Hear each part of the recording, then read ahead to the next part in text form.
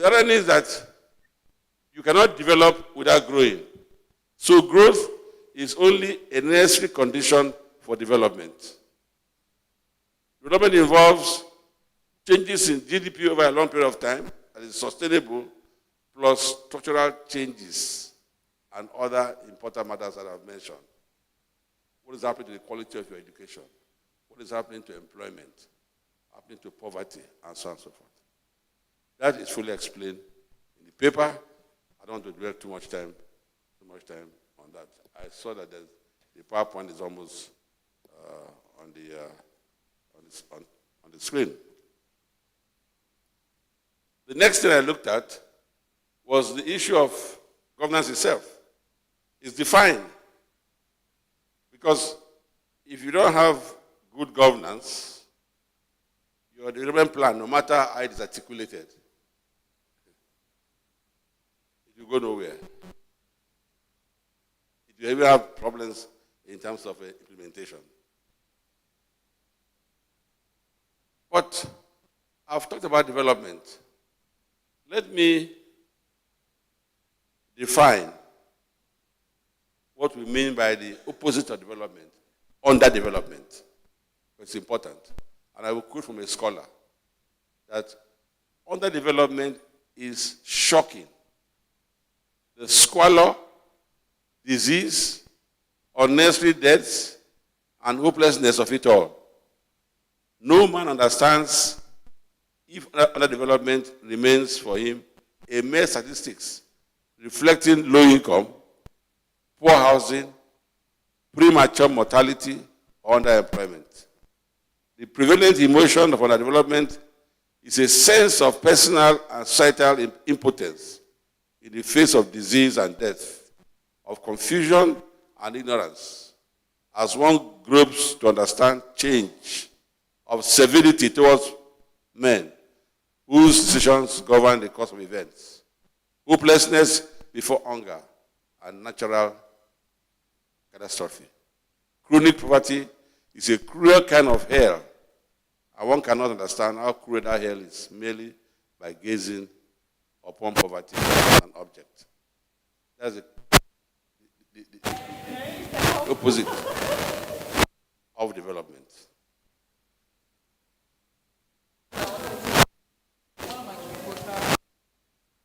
If you now look at planning and governance, the evidence from Nigeria. I think I've seen that on the screen there. Please, can you slide that? Because it's very important.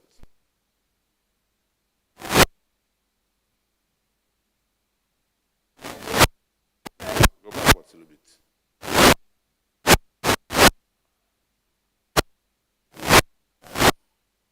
Planning and governance, evidence from Nigeria.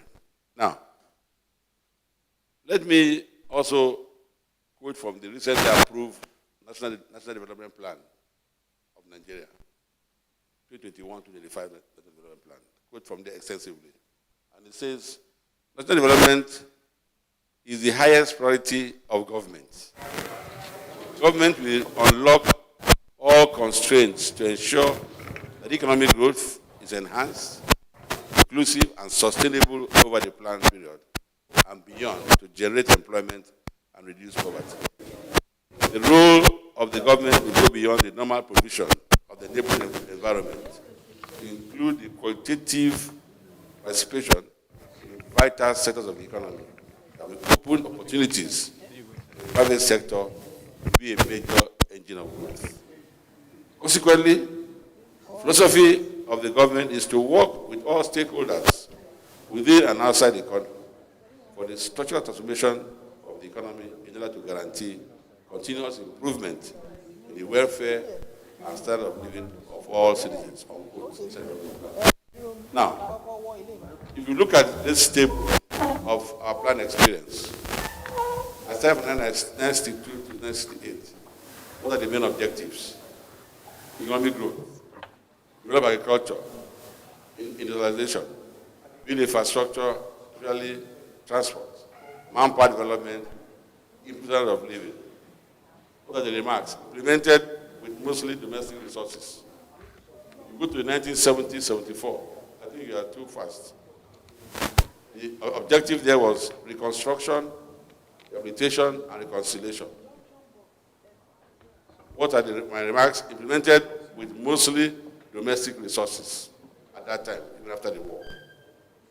The 975-80 plan. What were the objectives? Reduce unemployment, check growing income inequality, economic diversification, digitalization, build infrastructure. Partially implemented. All those objectives, none, in my view, except maybe the attempt to indigenize the economy, were realized. 1980.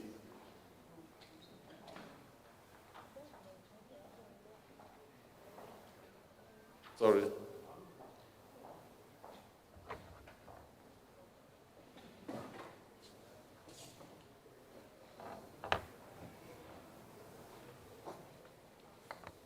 '85, enhance productivity, physical development, improvement of living, develop infrastructure.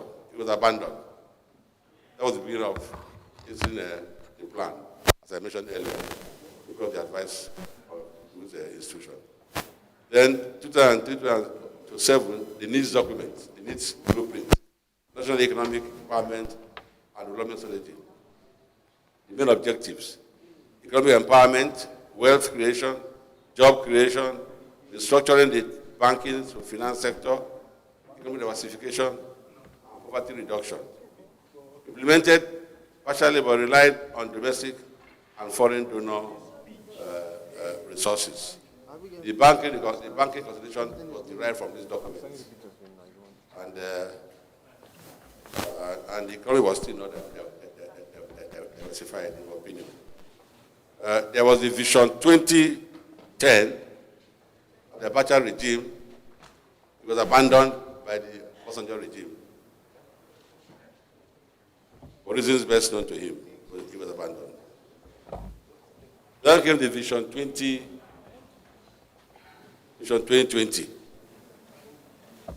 Some of you in this room are involved in this perspective plan. For the first time, the problem was all Nigerians. Nigeria was very much involved in this. And this was put together by the Nigerians. I was part of it, the technical team. And what were the main objectives? Double-digit growth. Because research has shown that if you don't grow double-digit, sustain for 15, 20 years, you're wasting your time.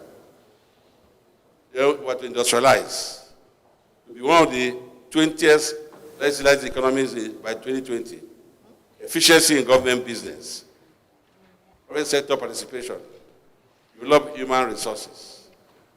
Remarks. In my view, was abandoned. Even the first medium-term plan that was put in place to prevent it was also abandoned. Human position is different, but this is my position. Okay? There was interference. The simple agenda by President Yaradua. Thereafter, transformation agenda by President Jonathan Goodluck became a problem, and that long-term effective plan did not see that of the day, in my own perspective. It relied more on external and domestic resources to finance that document. Okay? I've written more on it in the main paper.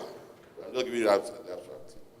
Then came the EROGP, when the economy hit a recession due to a sharp decline in oil prices. My position is different. It was based on underinvestment, under consumption, if you look at the data, not mainly because of oil revenue. Look at the EROGP. Some of us who were involved in it. I argued that it wasn't a planned document, but let's assume it was a planned document. What was the main objective? Restoring growth. Build a globally competitive economy. Invest in people or human capital. Okay? It was implemented, depend on foreign sources we never came. Economy technically exited in recession. The economy, I use the word, technically exited in recession. That's very important. Because you can exit a recession, your economy is still in crisis. Okay? When the COVID-19 struck, the American economies redefined recession. Immediately they saw that their unemployment figure was alarming. They said, we are in a recession.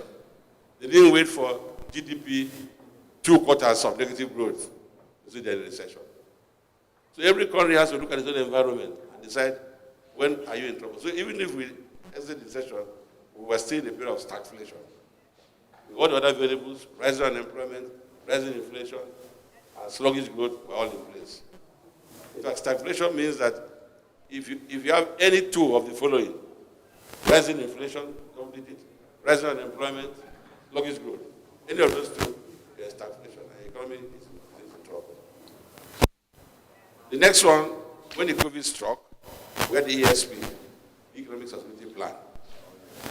Main objectives, implementing fiscal and monetary measures to stimulate the economy and achieve quick recovery. Preserve and create jobs using locally sourced materials. Protecting the poor and most vulnerable through these cash transfer programs. Cross-cutting imperatives such as nationwide broadband connectivity. Implemented, it was meant to address the COVID-19 shock and the sharp decline in oil revenues. It aided the exit from the recession, no question. In fact, in that period, even surprised a lot of people because the economy recovered in terms of GDP. First 0.11 and almost 4%. But again, that did not mean that the economy was doing well. Because the other macro fundamentals were still moving in the wrong direction. We are still in a state of stagflation. Okay? I recently published a paper titled The Economics of Recovery and the Recovery of Economics.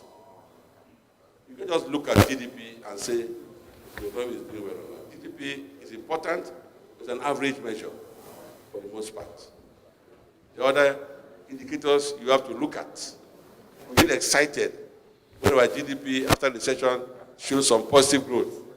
I will make noise that we have exited recession. People don't eat GDP.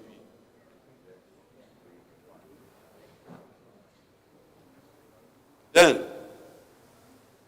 the most current one, the National Development Plan, which I presume is ongoing, I extract the main objectives. Establish a strong foundation for a diversified economy. Interest in critical fiscal, financial, digital, science, technology, and innovative structure. Build a solid framework and enhance capacities to strengthen security and ensure good governance. Enabling a vibrant, educated, and healthy populace. Invest in the social infrastructure and services required to alleviate poverty. Drive inclusive economic empowerment and reduce unemployment. Promote development opportunities across states to minimize regional economic and social disparities. It's ongoing. It took into consideration the mistakes of the past plans. Relies heavily on the private sector for financing the plan. Has opportunities for private sector, small and medium scale enterprises, solid minerals, ICT, and the rest. This plan, in my view, has taken into account all the past mistakes. And it's homegrown. And you want to stop me. That's always the problem. They give you 2 months to do the paper and they give you 10 minutes to present it. If it was a political rally, they will not stop me. So, this plan, homegrown, Nigerian experts, well articulated, 3 volumes, went through a series of processes.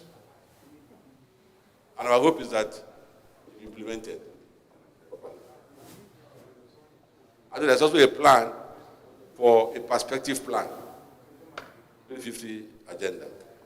Those are the details I have in the main paper, but time not permitting, I can't go further. So the issue, let I now move to the issue of governance, well, you need good governance to prevent these plans. And there, briefly, if you have a weak structure, a weak governance structure, the plan will not see that of the deal. But here, I look at 6 indicators. Okay? I won't look at it, I just mentioned them. I look at voice and accountability. Okay?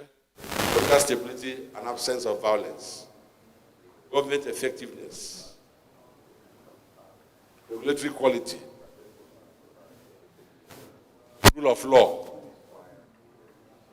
Control of corruption. Those 6. And for all of them, Nigeria did not perform well. And performed below South Africa, Ghana, Egypt, Benin, and Togo. Okay. So, the governance is weak because you have a weak governance structure. Just like the paper. Now, I haven't shown that table that I just saw. What are the lessons learned from the pre-development plans? And here I draw heavily from the NDP that was out of it. So of the lessons learned in attempt to conceptualize, formulate, and implement all the past development plans, include the following. The need to recognize the hierarchical relationship among a perspective plan, medium-term plan, and the annual budget, and hence adopt a perspective plan as the framework of medium-term plan. This requires a proper linkage with the annual budget to the plan during implementation. There's a lot of, in my view, a lot of confusion. If you have a plan, medium-term plan, you have a perspective plan, medium-term plan, your annual budget and the capital component of that budget comes from that perspective plan. And once you have that in place, MTF becomes irrelevant. Okay? As I said, MTF was just to bring some sanity into fiscal rationality of government. It involves revenue, expenditure, that's all. But now the MTF we have now is like a plan. We discuss everything. We have that's been streamlined. That was the mistake. And I think going forward, that's been taken care of. The need to adhere to a centralized plan, implementation, coordination mechanism. You don't have too many coordinators. Need to adequately engage stakeholders and beneficiaries in formulation and execution of development plans and programs through the adoption of a bottom-up approach. That's a little bit tricky. So 2020 tried to do that. The NDP, I'm not sure, there are not people in government can ascribe to that. We need to rely more on domestic resources, source of finance, but less on external sources. Considering Nigeria's unpleasant experience with externally induced stimuli for development. Okay? We always argued over the years that no country financed development from what we call exogenous source of revenue. The revenue source you don't control, oil. You don't control the price, you don't control the output. How can you use that to finance development? You should see that as a windfall and target it at something, infrastructure. Some years ago, Minister of Finance, Ivan Chinani, argued it was time Nigeria had what they called a non-oil budget. But now we have been used to the pain. So any shock in the oil market, you have a problem.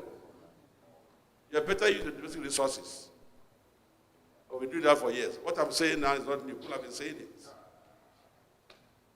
And that's why my friends know me. Anytime we are doing modeling, I say, the price you're putting in oil is too high. And now we know that oil is no longer an important issue anymore. Very soon, it will disappear. And very soon, it will be 10 years, but it's still very soon. You need to develop the commitment and political will in achieving planned outcomes in Nigeria. As I mentioned, some plans are just abandoned without any reason. You may not like Abacha, but if 2010 vision was implemented to a point, maybe it would have helped status, and so on and so forth. Effective monitoring and planning, so monitoring and evaluation is crucial. The NDP has taken care of that. I've given the link already. Questionable assumptions in the various economic models used in forecasting targets. At times, some people in my profession feel that modeling, forecasting can do everything. Not possible. Okay? So your model must try to explain reality. So my young colleagues in the profession are non-technicians. Gather data, put in the software, get results, and that's it. They don't think through it. So assumptions can be critical. The NDP has addressed that issue.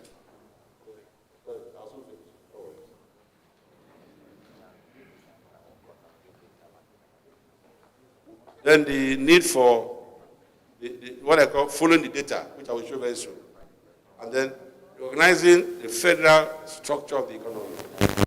NDP, I think, account of that by involving states in the new economic plan. Previous plans didn't, but at that time, states were also having their own plans. Some still do now, but the NDP has taken care of that. But I will not go into the other issues, which I title Developing Development, why Nigeria economy is not growing. You can read that on your own because they are rushing me.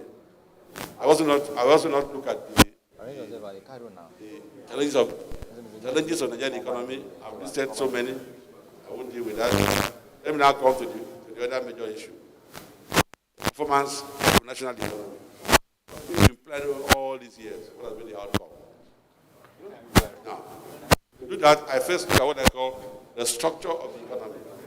Has it changed since we've been doing planning? It doesn't change much. Okay? Write those figures make sense what I have here. The table there shows the structure of the economy.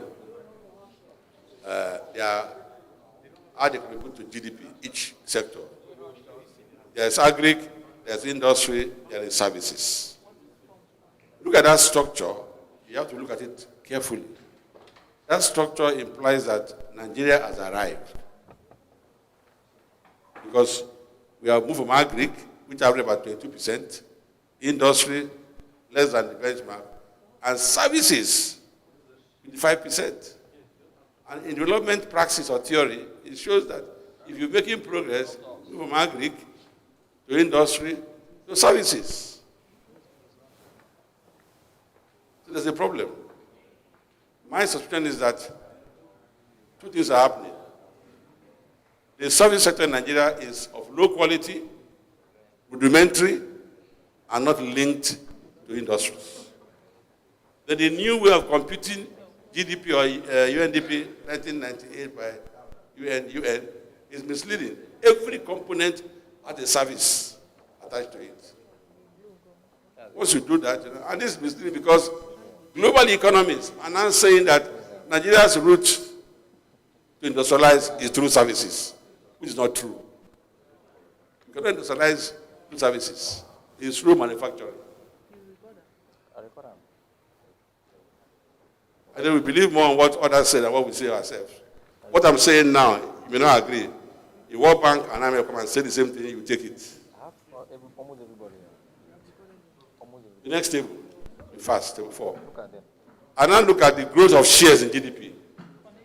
You can look at that growth in shares. You can see what is happening there. You can see the period of recession, 2016, 2020, most were all negative. It's clear there. I don't want to go much, but I want to go to the important one, table 5. This is very important. When I say follow the data, I selected some relevant sectors and computed on my own their shares in GDP. The crucial one there is manufacturing. In fact, before 2008, from 1962 to 2008, I want to bore you in the table. Manufacturing contributed less than 9% to GDP in Nigeria. As of now, The average is about 9%, from 2008 to 2021. And you cannot make progress because of that. Malaysia, Indonesia, all of them is about 45%. Look at construction, 4% average. Finance and insurance, 4%. Real estate, 5%. Policy should look at these sectors as they follow the data. It's an interesting country in the sense that the economy is not doing well, but the banks are making profit. That's a matter for another day. But this is very crucial, this table. And in fact, the NDP has tried to make sure that this changes over time. If it does not change, we cannot make any progress. Then, let me just rush to the next table. I also finished. Table 6. Yeah. This table is very important. Just quickly. In this table, we now look at the macro performance. And I want to highlight only 2 there, then I will stop. One is the last column. Let me calculate myself. Called the Economic Performance Index, which takes into account all the macro variables. If you see Nigeria's performance, it has dropped. By 2020, it was 55%. You need 80% to see you are on average. Ours has dropped. I don't want to worry about the unemployment rate. You know about that. Misery index and the rest. And inflation. I will skip all of those graphs since I'm being rushed. And just go straight to the conclusion. So to conclude, I want to argue that we've looked at the national plans and national performance with the empirics from Nigeria. Nigeria has formulated, implemented several development plans prior to this recent one. The recently developed plan is ongoing. We highlighted why previous plans failed, and as well as why the economy seems to be developing under development. Overall, performance of the economy has been average and been modest. We highlighted the exit from the economic recessions due to the vulnerabilities of the oil sector and the COVID-19 health pandemic. These shocks must have worsened the performance of the economy in recent times. Regarding governance, the country did not fare well. Good governance indicators such as the rule of law and the rest, compared to other countries, we are below standard. We x-rayed the fact that good governance must be propelled by transformative and visionary leadership. It is good governance that will ensure that national development plans are efficiently implemented. Good governance and the satisfactory performance of an economy are organically linked. Learning from the failure of past development plans, the present National Development Plan, 2021 to 2025, must be subjected to properly monitoring and evaluation during the execution.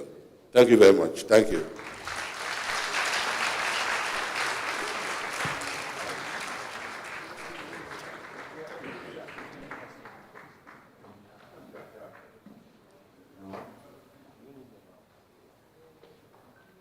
Thank you very much, Professor.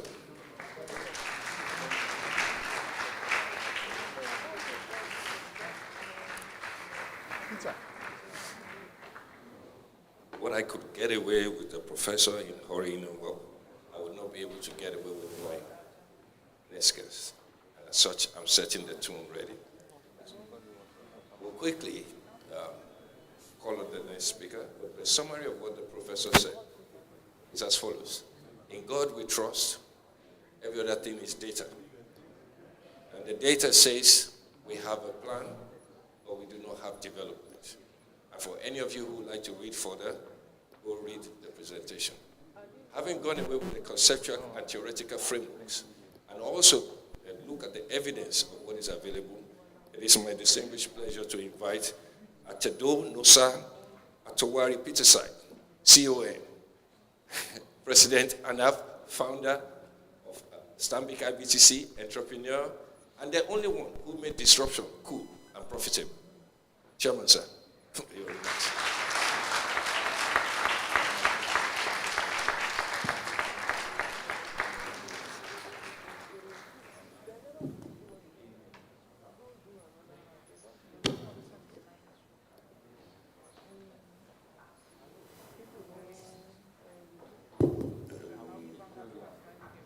Good afternoon. Should I say afternoon or good morning? It's about 12 noon almost. So let me say good morning to sound like we're not too far behind time. So most distinguished hosts, most distinguished ladies and gentlemen, I'm going to help you to save a bit of time on the program because I think they gave me 20 minutes. And now I'm going to have myself set up. I don't think I need 20 minutes to say what I want to say because we've had an excellent presentation.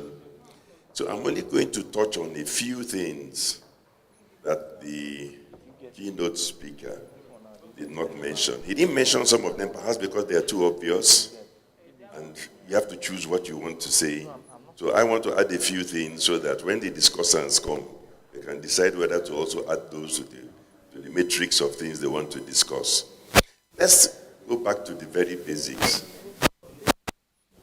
This economy was one of the fastest growing medium-sized economies in the world, or large economies, medium-sized economies in the world, for a period of about 15 years.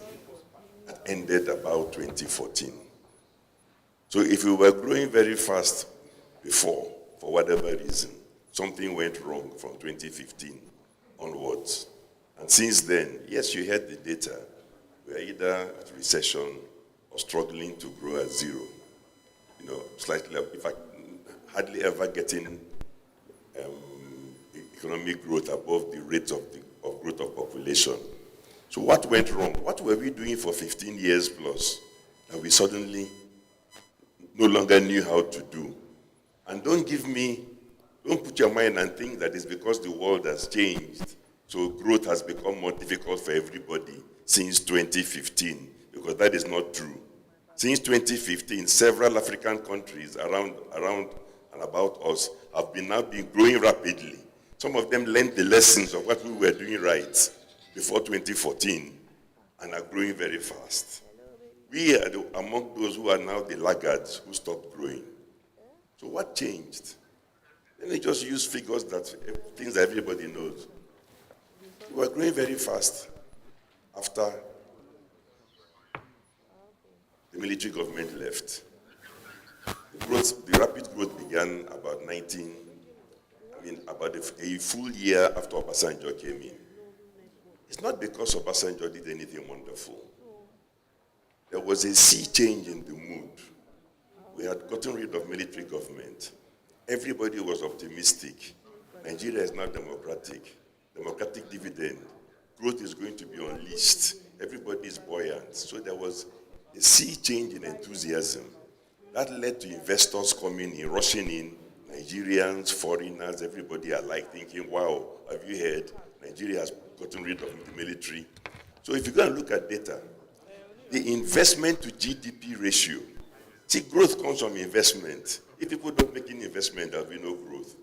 The investment to GDP ratio, shortly after we got rid of the military, was as high as 35%. So which meant that everybody was investing for whatever reason. Of course, growth then followed. But from that time to now, the investment to GDP ratio has been sliding. So, but now it's at about 15%. If you're at about 15%, it means that the investment activity is so small that there cannot be that much growth. So, if you ask a schoolboy, what has to happen before people start investing again? You've got to do something that brings back that same confidence in Nigeria and our economy and so on that was there before, which has been lost. That's why some people say they're waiting to see what type of next government we have before they decide whether it's worth investing here at all. And that includes many Nigerians. But let's not even think it's about foreigners. Now, one of the fundamental things we did wrong, and have done wrong in the last few years, is we deliberately decided that we will not offer investors a level playing field.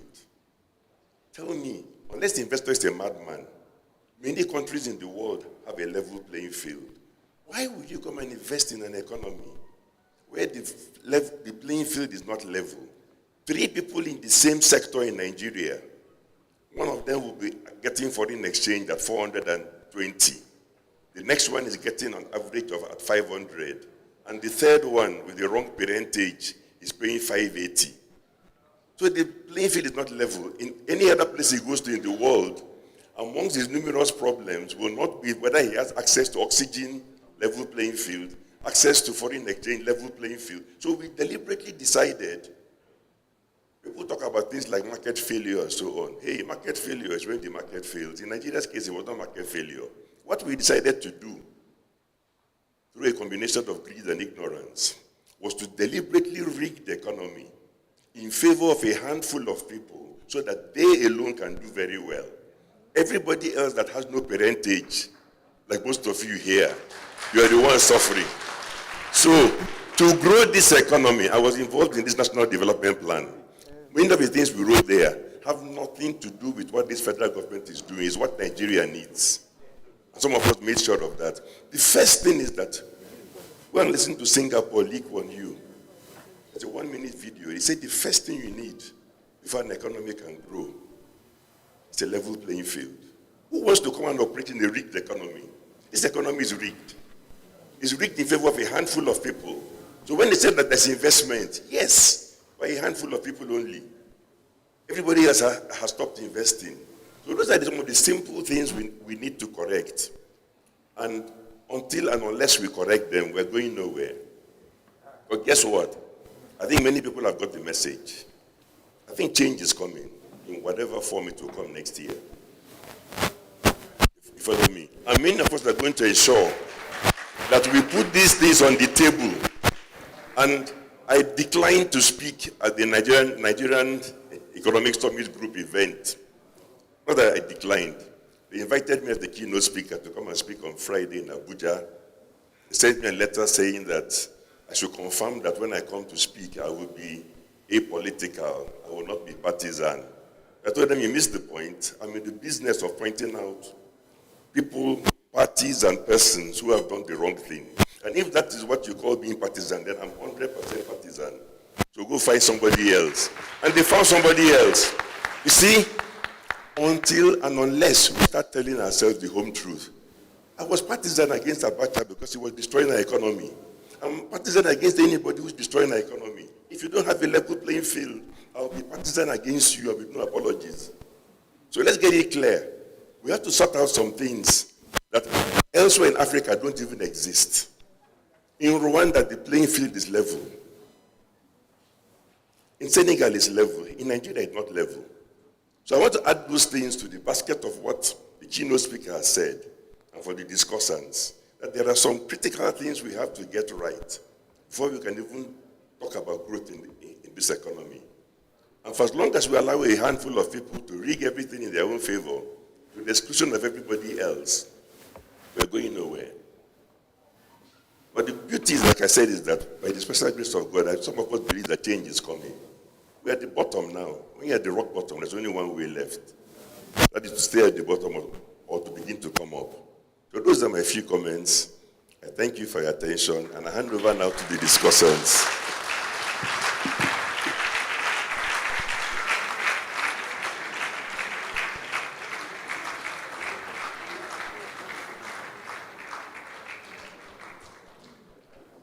Thank you very much, sir, for the brief remarks you made. I intend to quickly move up to the session requiring us to have the discussions. But before I do that, there are 2 other things I would like to do. One is to acknowledge 2 individuals with us here. One is the head of the Economic Intelligence Unit at the Lagos State Ministry of Economic Planning and Budget, Mrs. Olayinka Ojo, who is here with us.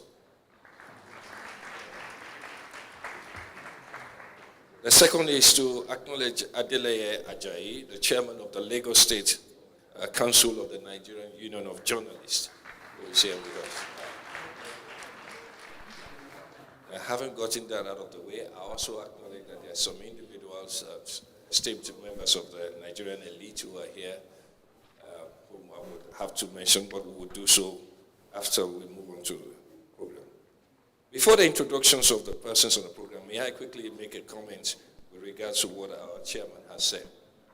So as regards about the comments on the NESG, permit me to make a direct statement myself. In this country called Nigeria, a group of private entrepreneurs and organized private sector set up the National Economic Summit Group to be able to interact with the private sector. That was the ideal. Over the years, we've had measured success here and there, but it has always remained a central point where we had to have reasonable conversations, if only to continue the talk. Sometime last year, I believe, there was a particular position the NESG took concerning the Nigerian economy and concerning this particular subject we were discussing. The Central Bank of Nigeria moved against the Nigerian Stock Exchange and asked that members of the board who were bankers should immediately leave the place. That matter has remained unresolved, and over the years, the knocking of the Nigerian Stock Exchange has begun to corrode the Nigerian Economic Summit Group, to the extent that we would even consider censoring ourselves. So when you find your private institutions practicing self-censorship, it is a very, very strong indicator that the governance architecture of the country in itself is such that implementing plans is actually a subjective matter. Ditto about the arguments about whether we're arguing about the supremacy of religion over the Constitution of the Federal Republic of Nigeria. That is what you get when you invite someone like me to moderate. Those are my opinions. I think I stand by it. And I just thought Mr. Teropita said may have to reconsider. It is important that you take that floor and you establish your position very clearly. Having said that, may I go on to invite the panelists for this session. Let me start in the following. We have 7 members who will be joining us on the panel, and it is instructive that I address the students from Marywood School. Now, for those of us here, this is the past tense. For you, it will be the future tense. So for whatever conversations that are going on here, it is important that you follow as much as you can, and there is no question you would ask that will be out of the ordinary. I stand here representing you to make sure that any other question you feel like asking, I will give you priority over every other person. Having said that, therefore, it would be my pleasure to therefore invite the representative of the Minister of State for Budget and National Planning, Mr. Clemaga, in the person of David Adeosun, who is the Director of Macroeconomic Analysis at the Federal Ministry of Budget, Finance, Budget and National Planning in Abuja.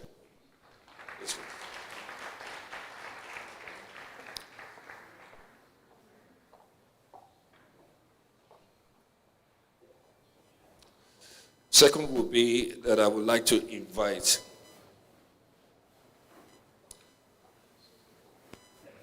Mr. Johnson Chukwu, the Managing Director, Chief Executive Officer of Cowrie Assets Management Limited.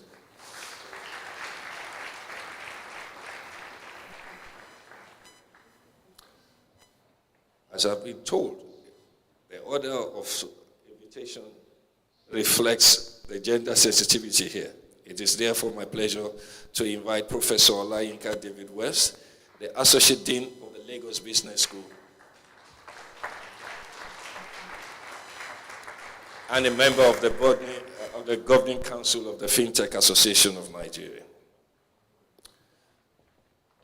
It is my esteemed pleasure to also invite Dr. Tayo Aduloju, the Chief Operating Officer and Senior Fellow at the Nigerian Economic Summit Group, and the co-chair of the Open Government Partnership, and one of those who were part of working in a team that put together the NDP.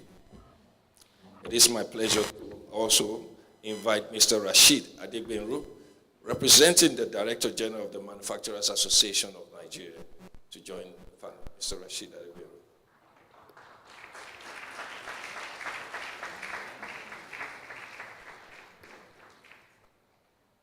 cities. Last but not the least will be, not in any order, but it will be my pleasure to invite Chris Onyeka, comrade, if I should say so, representing the President of the Nigerian Labour Council, Aliyu Waba, Labour Congress. Aliyu Waba. Where's your seat? Very good, thank you. I forgot to add MNI. So without much further ado, I will be moderating the session, but by way of setting the tone, may I kindly just focus on this. Given the wonderful presentation by our keynote speaker, given the brilliant remarks by the chairman of the occasion, it's important that I explain that I would like, for purposes of this session, to address majorly two things. One, a better understanding of the plans, not since we've gone through of the plans, but most importantly, the operationalization and execution of such a plan. There have been some few issues we would like to put in context here, and so the questions will be direct, but we'll hopefully have it done in a way in which it is very engaging. Thank you very much.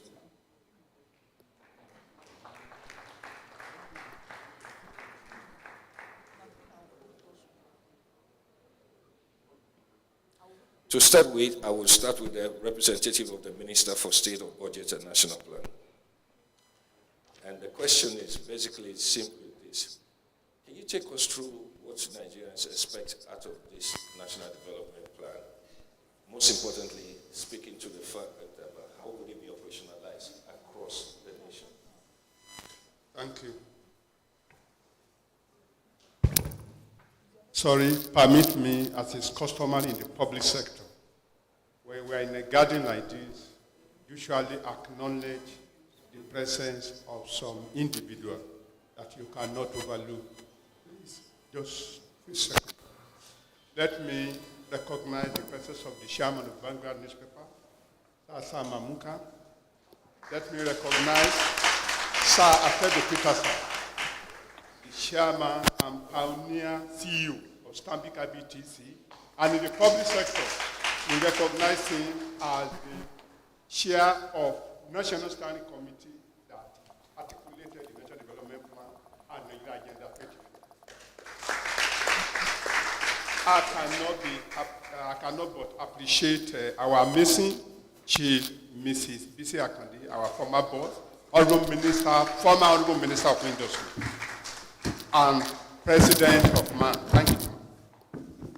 Professor Panepo is here, the key speaker, and also a native member of the Central Working Group, and also that developed the National Development Plan, and also senior technical review team member, and also a member of the macro framework for the plan. Yes, other distinguished and erudite panelists, a very good afternoon to you all, and distinguished audience, and gentlemen of the press. Thank you for giving me this one. It's the public sector customary to do. Going to your question, I'd like to share here that we appreciate that Professor Panepo has x-rayed our experience in the various past development plans. And as a ministry also, we have also taken a diagnostic study of the Nigerian economy and did a serious and critical review of the previous development plan, right from the development plan, the Federal Development Plan of 1962 to 1960. And we learned a lot of lessons from why the previous plan would not perform optimally, why we could not meet the various objectives and targets set in those plans. And deriving from that, we formulated the National Development Plan 2025, and we have taken some steps that document blueprint that will ensure that implementation is being given a prime place. First, National Development Plan Implementation Unit is being set up, and it is in the plan also approved. And the framework is going to involve private sector, public sector, non-government actors,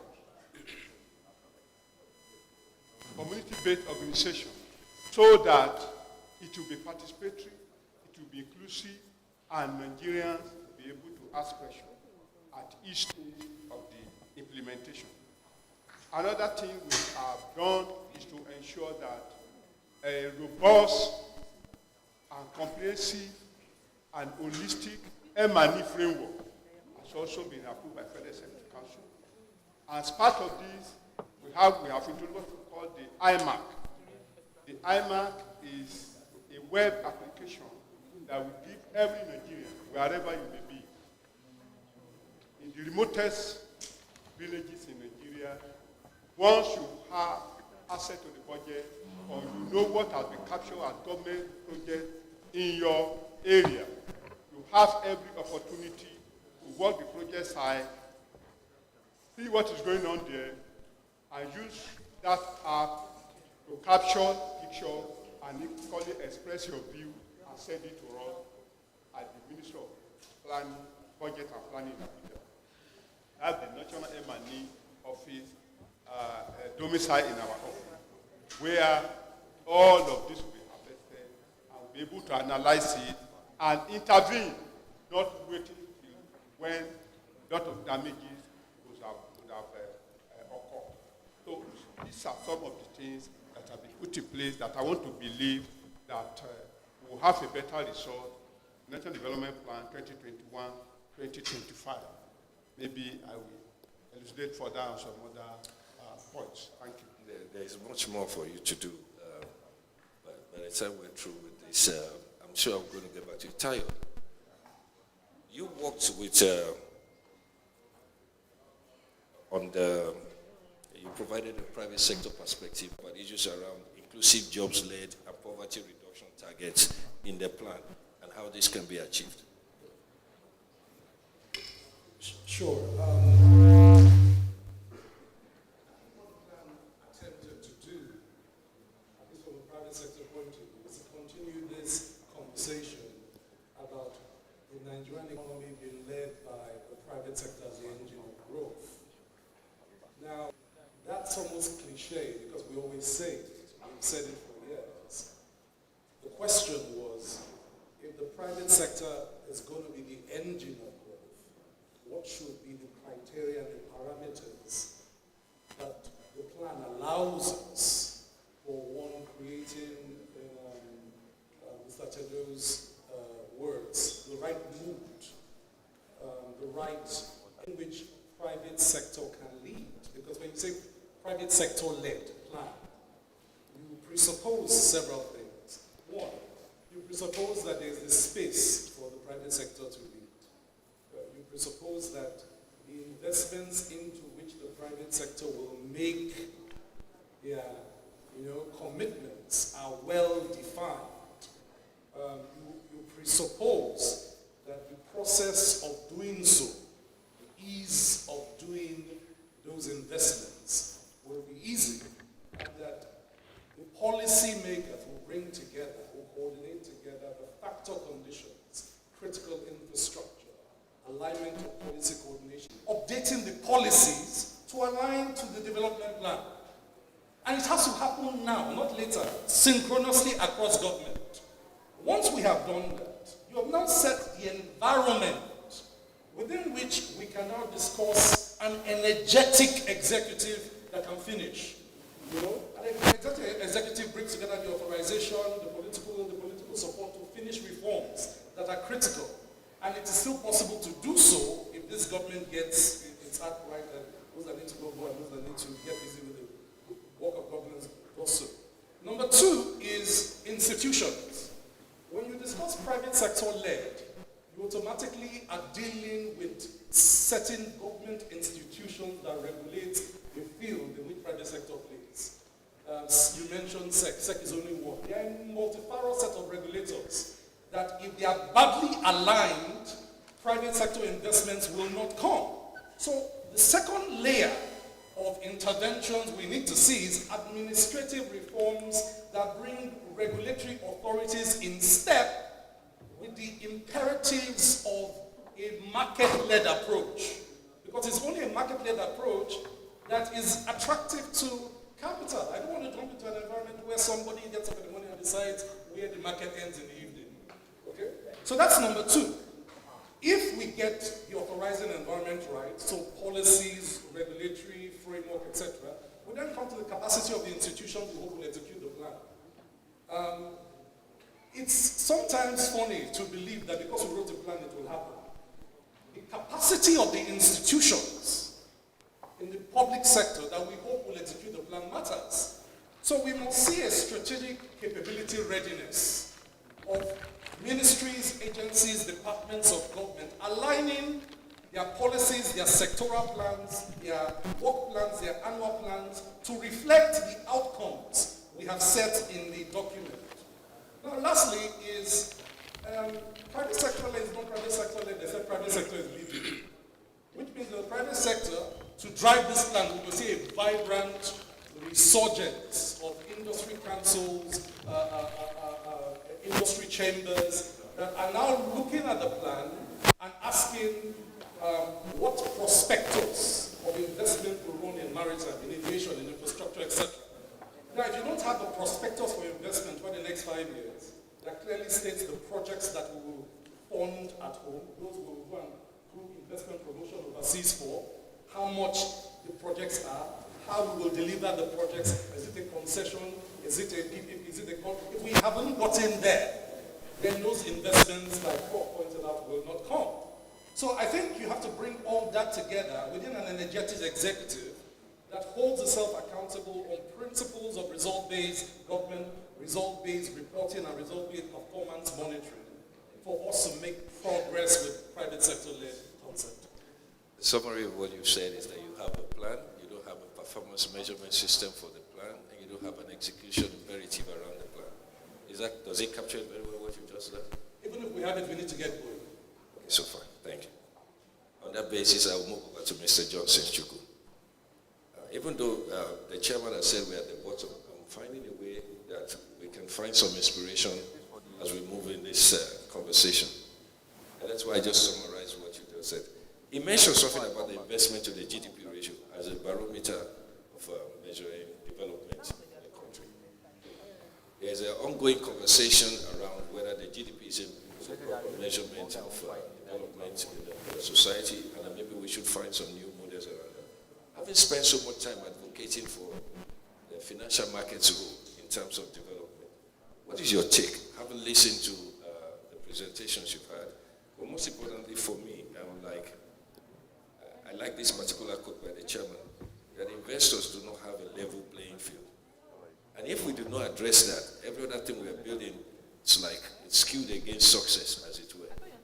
What is your take generally on the issue of plans and performance? Mr. Chukwu. Okay, thank you. Let me start on the existing protocols.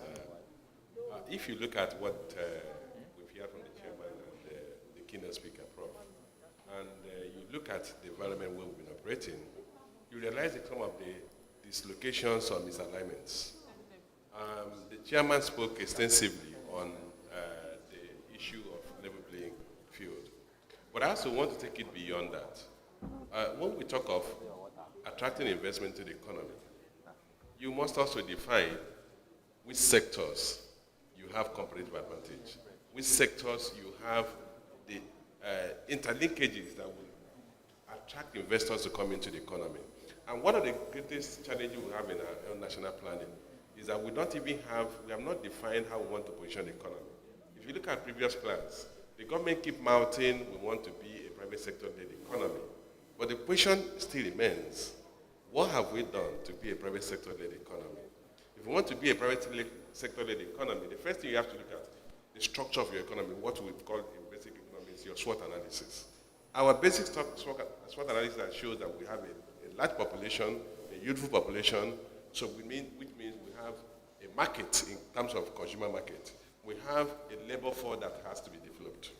So the first thing you have to do is that if you want to recognize your own uniqueness as a country, you must define an overall, an overarching economic policy, which we, for instance, a country like our would say, look, we want to be a productive economy. And the Prof made allusion to that, which is what China has done, which is what India has done. Because if you're a small economy, you can say, I want to be service-oriented because you have a small labor force. So if you want to be a productive economy, the next thing you have to look at is this. You need to look at, how do I become a productive economy? How do I tap into those natural resources I have, the labor force? For you to tap into that labor force, you must have to go back and look at your educational system. Do we have the right curriculum? That we develop the right skills that will feed the industries that you want to come up in your country? One of the things China did and did effectively well is that they have a very strong and effective educational system that has developed the kind of skills that made it possible for the industries to go and set up in China. It's not just because China has a large population. Look at India again. India has a 1.1 billion population. Today, if you go to the top 50 businesses in America, more than 10 of them are being run by people of Indian extraction. What does that mean? The quality of education over time is what led to that labor quality that has fed the industries. So we need to look at, how do we really want to compete? How do we plan the economy? The planning is no longer a command and control planning where the government is at the commanding height of all input, all factors of production. Today you want the private sector to come in. Which sector do you want it to come in? What do they need to come in? For them to come into your economy, they need to have a market. So there must be demand. They need to have, at the minimum, what we should be selling today is our quality of labor. But unfortunately, that has been sent, that's one of the greatest weaknesses today, because we have a huge labor force, but unfortunately that is not skilled. So we need to go back and look at those sectors, address the issue of educational system, improve the quality of labor. If you do that, you're going to have industry that will come and set up. We just want to manufacture in Nigeria and sell elsewhere in the world. And then you need to support that with your infrastructure support, power supply, logistics supply, your seaports, your transport infrastructure. These are the levels. Once you define, okay, these are the key things we need to do, the next thing you need to move on is, how do we get investment to those areas? Today, some of the challenges we have, the government has continued to believe it can build infrastructure from budgetary allocation, when consciously we are aware the government revenue cannot achieve that. So we have, on an annual basis, a ritual of budget preparation that has made provision for infrastructural build. We know we don't have resources to do. So you come back 5 years after time, you realize the roads have not been built, the rail lines have not been built, the power improvement has not taken place, and you are still stuck. So why would investors come into your country? The investors must be looking for something. Either they're looking for market, they're looking for cheap labor to come in. And if you can't offer any of those things despite your population, then there's a problem. So we need to go back to the basic and decide, this country, because our population, because our uniqueness, we have to be a manufacturing economy. For us to be a manufacturing economy, we must have a cheap labor and effective and efficient labor supply. We already have the natural ingredients. If you look at the demography of the country, more than 42.5% of the population are below the age of 23. So we must not tap that. For you to tap that, you have to go back to your educational system. We must make sure every young person has, at the minimum, in today's world, we are talking of STEM education, science, technology, engineering, and mathematics. It must be at the foundation of our educational curriculum. And if you do that, you are going to have something to say to the world, and the world will come to us. Thank you.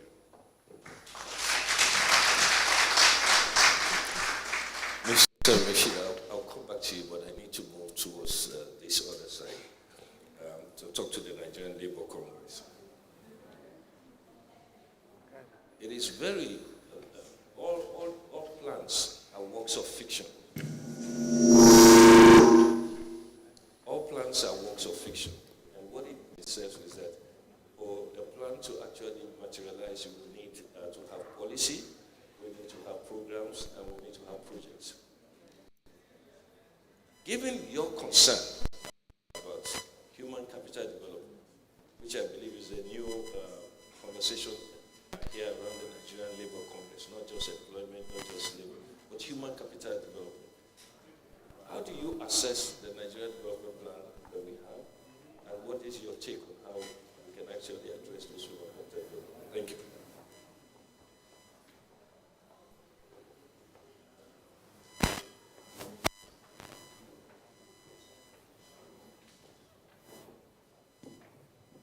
thank you so much. First of all, I want to thank Vanguard newspapers for inviting the Nigerian Labour Congress.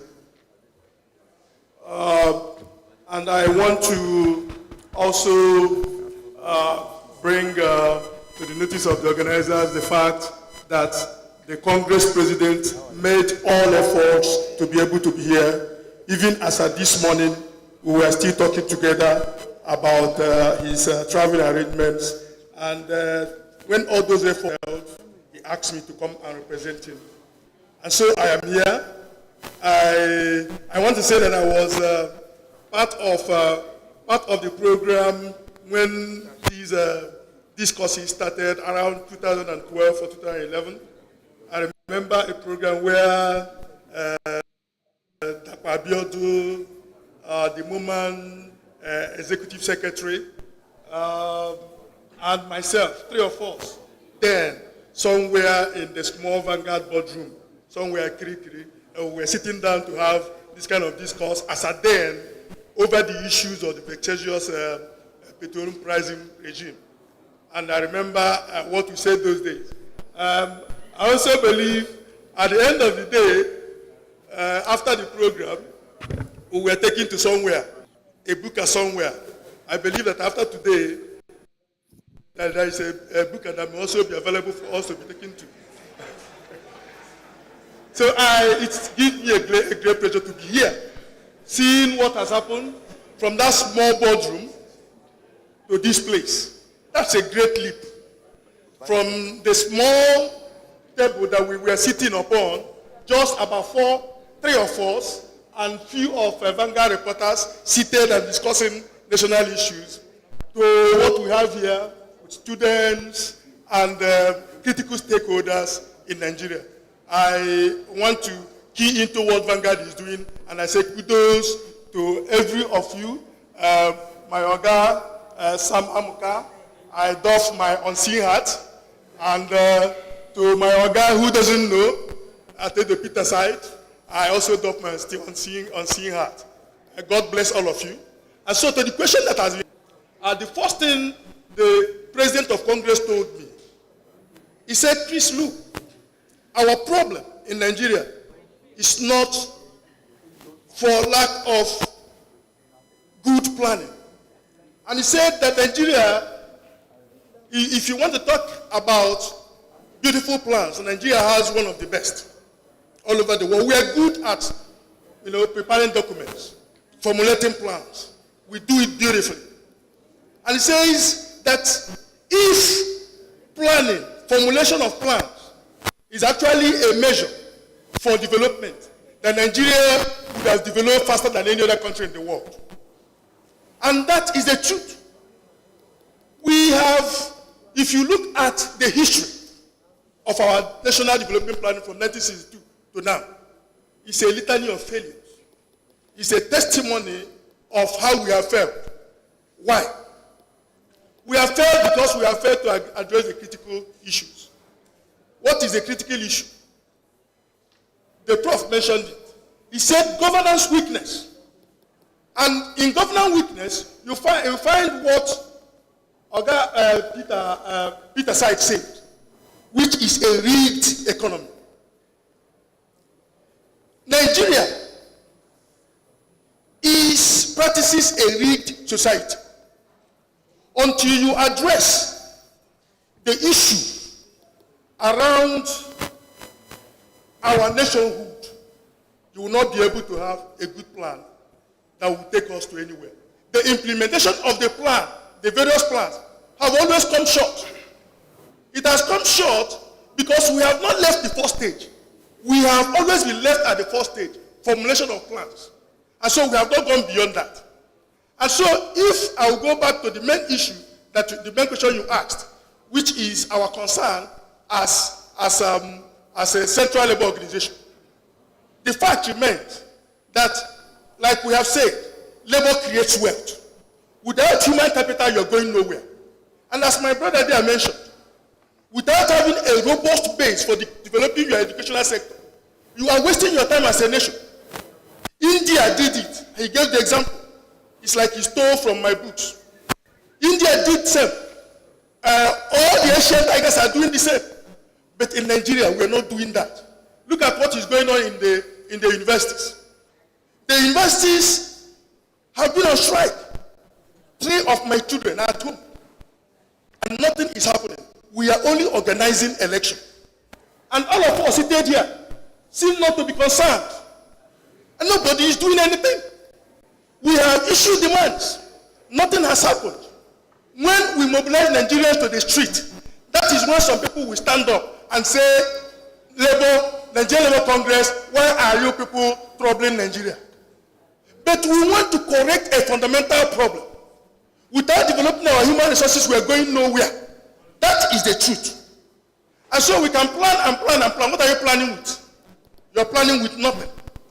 My friend was having a chat with me this morning, Dr. Tayo, and he also pointed out at that same key, the fact that we have insufficient capacities and capabilities to deliver on our developmental agenda.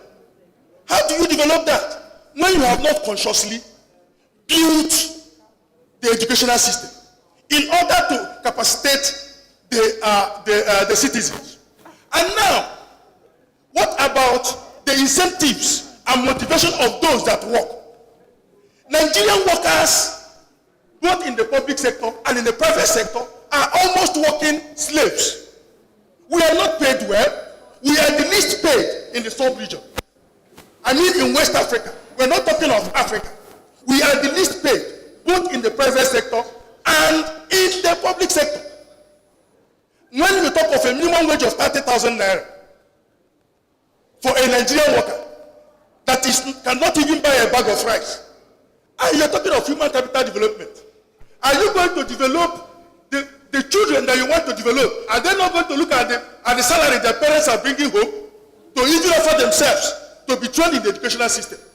And so it's a quagmire. How are you incentivizing the people that are working? What are you paying them? Do you see them every day when you talk about increment in salary? You want Nigerians to clap for you. In various state governments, Nigerian workers are owed in some places up to 8 months salary in arrears. Pensioners are not being paid, but nobody is talking. There is a conspiracy of silence that is going on in Nigeria. It is their problem. It is not our problem. And so until we address that issue of, one, the educational system that is gone to the dogs, and then how you pay, how you reward the workers that are already in service. If you do not, most of us here, I'm sorry to say that, the banks, the financial institutions, you hire casual workers. Instead of hiring workers, you reduce them to animals. And you expect them to perform.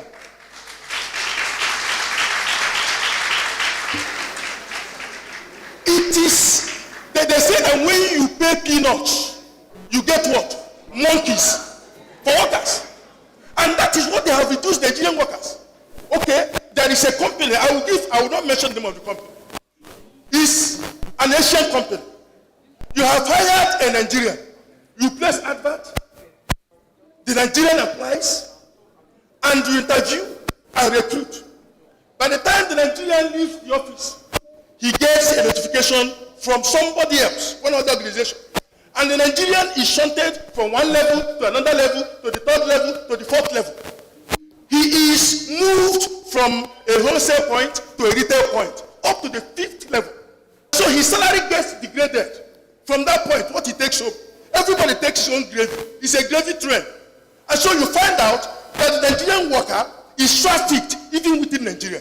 And so that is a crime that must have to be addressed by all of us here. Most of us here own companies in the private sector, and they are guilty of what I'm talking about. We have to change this mindset so that Nigeria can make progress. God bless you. Thank you. It's not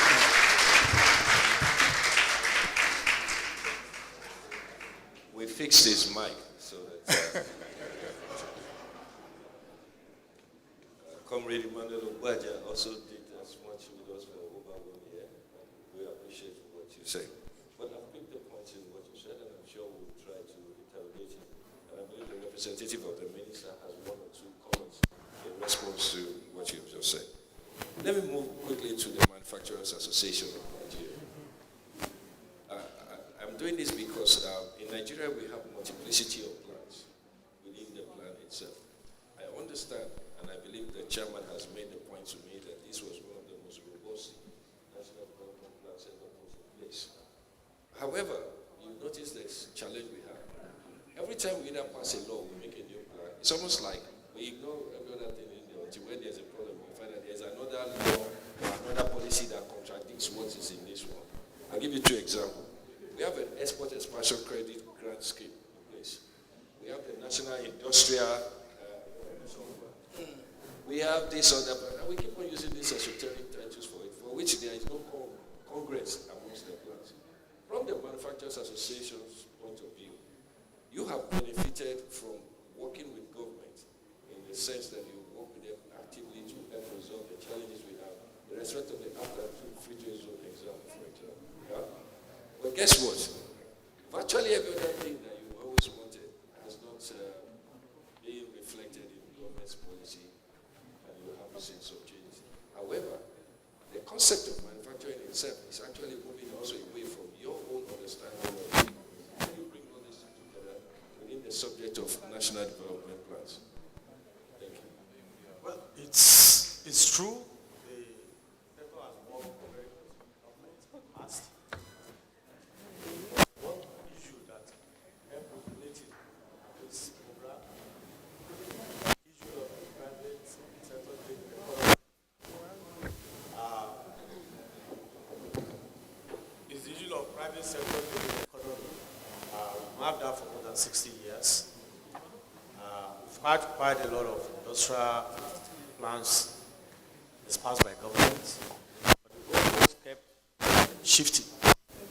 Nobody is really able to put a tab on the direction of flow of government policy, what you can call a very jerky field. Something is announced today, get ready for it, and before all Jacobism, policy has changed. I call it policy somersault.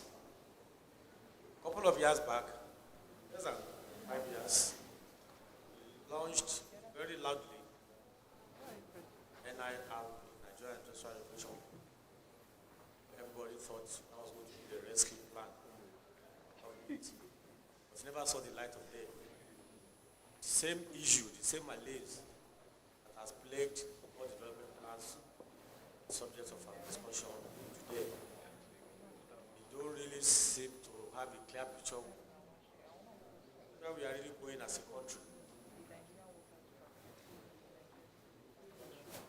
Change policies midway, when investors settle down, government has changed. So what you have on ground today, in times past, it's a vehicle given to the private sector, but the government still holds the key to the vehicle, meaning there will be no motion. That's where we are starting. If the policies announced by government, supported by government, worked right, contribution of the manufacturing sector, that people are alluded to, will be higher than what we have on ground today. Because the policy environment is not supportive, it's not consistent announcements. The response of the private sector to manufacturing is extremely slow. That is the honest truth. Unless we have a level playing field, the response not shift what you have on today. So first and foremost, the level playing field. We are not saying government should get out completely out of the economy. I think there is need for a strong meeting of mind that Nigeria has only one economy, and that economy is shared possibly equally between government and the private sector. Until we get to that realization and shift from the current leg of we and them, the economy may not really respond regulations thrown at it. In other climes, go to the EU, see the private sector in Denmark, for example, leading discussion at the European Union meeting. Because the government of Denmark and the private sector in Denmark are agreed on the same policy direction before they go for meetings. Because whatever policy that is agreed even at the EU level is going to be driven by the private sector. That's one thing we need to learn here, a lesson we need to learn to go. Whatever announcement or promotion government intends, it's the private sector that will run it. For more than 4 decades, we ran the thinking of commanding heights of the economy. And today we have the results. So let's have a change of attitude and mind. Allow the private sector to have the key to the vehicle to drive the economy. And the common objective, the Nigerian economy can still come back alive. It's still possible to do that. Government must understand and appreciate as a collective responsibility of both the government and the private sector. Thank you very much. As I go on to my final panelist, and deliberately left so, because it's not about being gender sensitive. We've been told that our women are the best that we have. So we save the best really for the last. And mostly, she would also be talking to us about the sector in which I feel is what appeals to this generation of Nigeria, the digital economy around technology. And you will notice something, and which I did not say, is that rather than use the digital economy for Africa framework by the World Bank, there are some more new ones. I think NIDA has its own policy. Nigeria indeed has what we call the National Digital Economic Policy and Strategy as well. Okay, which has a chapter in the plan. So I would like Professor David West to please speak to how these policies can lead to results and inspire the children on the left side and those on your right side. And for those ones here can share with their kids at home.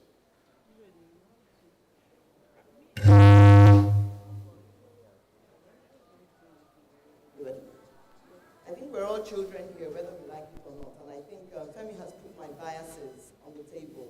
I speak directly from the technology perspective because respectfully, the Industrial Revolution is over. Respectfully. We're living in the 4th Industrial Revolution and we need to adapt ourselves to that mindset and that thinking. Prof, I agree with you that we need to build our manufacturing sector. Basically, I think we have choices to make.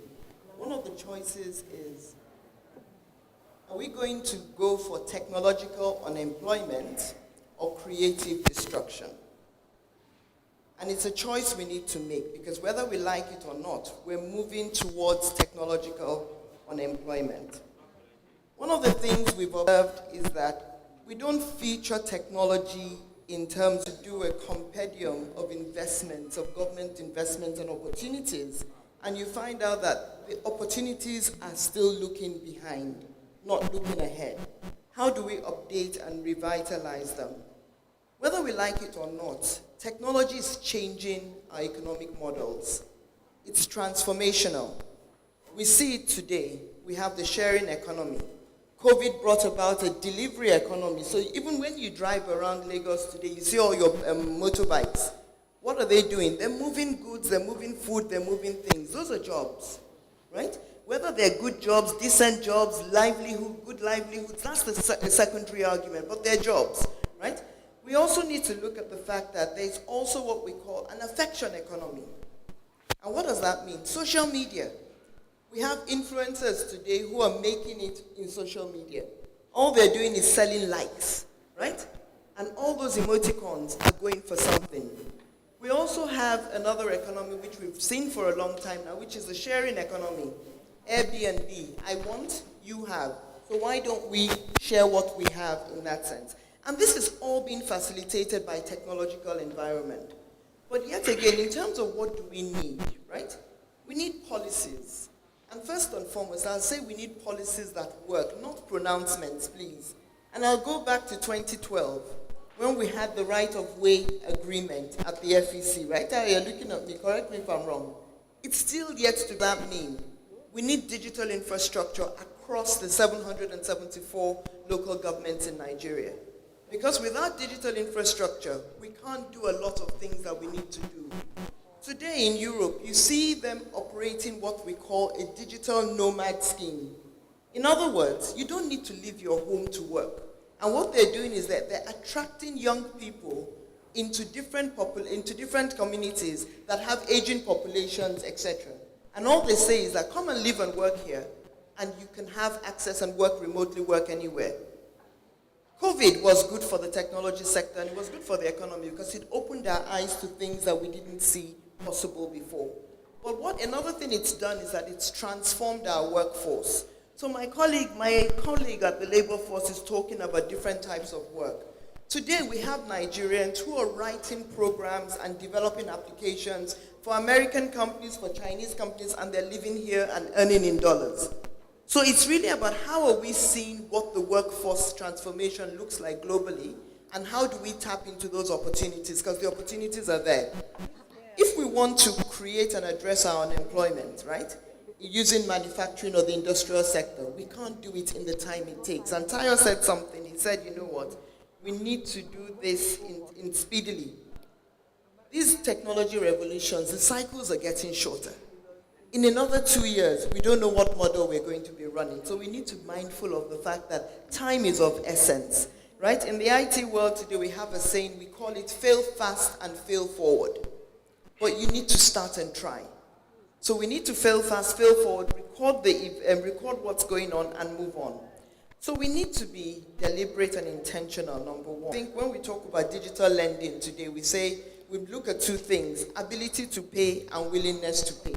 And I'm going to apply this to the implementation of national plans. Ability to implement and willingness to implement. The policy environment. Because when you have an economy that is captured by one sector, and then you want other people to come in and play and thrive, that doesn't make sense. We also need institutional coordination and collaboration. Across the MDAs, we have many repeated projects. We have the left hand doesn't know what the right hand is doing. But then again, we are all working towards the same goals. So how do we have that common vision? How do we ensure that the monitoring and evaluation framework has quantitative, measurable targets? And then again, we also need to think about institutional adoption of technology across even government. So even within government, we have our e-government plan that still is yet to be implemented. But we need to think about how do we digitize government. The official from the ministry said about having a platform with all the data. The first thing about data is, can we trust it? Because if we can't trust it to make good decisions, then it's as good as nothing. So how do we ensure that we collect the right data, we put it up, and it's used to make the right decisions and advise and influence policy? We need to continue doing this policy environment and policy analysis because it needs to be effective. We need to have feedback loops. What are the intended consequences, unintended consequences, etc., etc. So in general, when we think about the whole technology era, we've moved, and technology has evolved and changed the way we do everything. So how do we go about doing this? The environment has to be conducive, it has to be stable, the infrastructure has to be there. We have to ensure that the digital infrastructure is there, the financial infrastructure is there. And then we realize that every other sector, because we see it already today, education is being digitalized. Manufacturing and agriculture are being digitalized. So every other sector will flow with that wave. And then that's why we see the multiplier effect. And then also the efficiencies and the productivity gains that we want to see in our economy. So ladies and gentlemen, it's a lot of hard work. It's a lot of grit. And the bottom line is that we just need to start, and we need to start doing it. Thank you.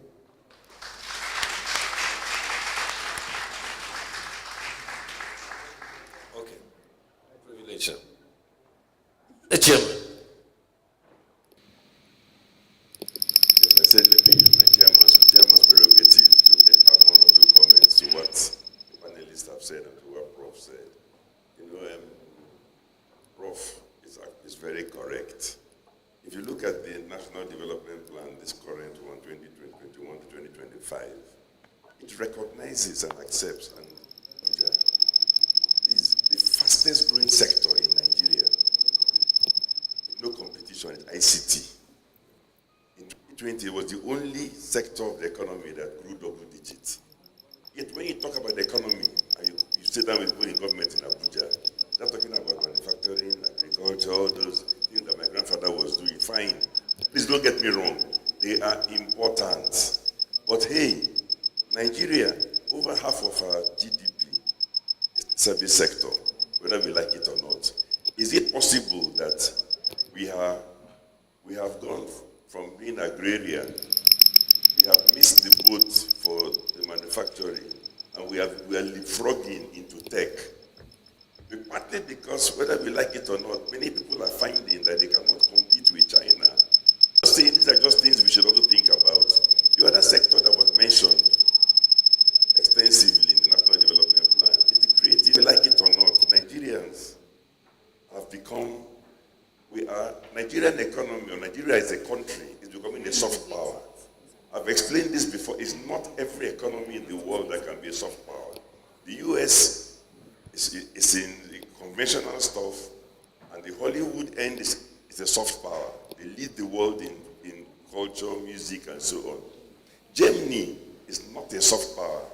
I don't know anybody here who knows a song by a German artist. Meanwhile, if you go to Germany and to London and Europe, they are playing Burna Boy, Davido, Wizkid, and so on. So Nigerian economy also, that creative sector, musicians, film, fashion, art, it looks like we're becoming like another Hollywood. You know, Nollywood plus musicians plus everything else together.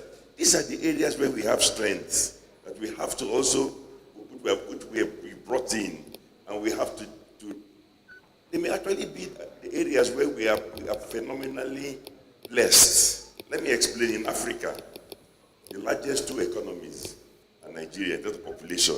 Nigeria, followed by Ethiopia. Does anybody here really know an Ethiopian artist? They are not going to be soft power. Meanwhile, the whole world is dancing to Nigerian music steps, asking you the meanings of Nigerian lyrics and so on. So these are new strengths we have. But guess what? I will end in a sad note. Do you see that the sectors of the economy that are growing are the ones for which there is no government distortion? People there is a level playing field. There is no government coming in to favor Davido because he's from the southwest, while trying to give privilege to Burna Boy because he's from River State. So where there's a level playing field, Nigerians can compete. So let me just say here. Thank you very much, Mr. Chairman, sir. In order to allow us to engage the audience, I would permit, see, once your chairman speaks, there's really nothing more to add. Because the foundation of a shifting economy is the lecture he just delivered in 2 minutes, that it's not the same argument we are making. But the most powerful thing is that if you study all around you, everywhere we found change, we didn't have to involve government. But we need government. And there's always a popular saying, sir, is that if you want to know whether government exists, put up a business and you see government show up. They won't give you loan to start the business, but you should put up the business, government will show up. From local government to federal government. Inland revenue, federal revenue. Local rates, somebody rates.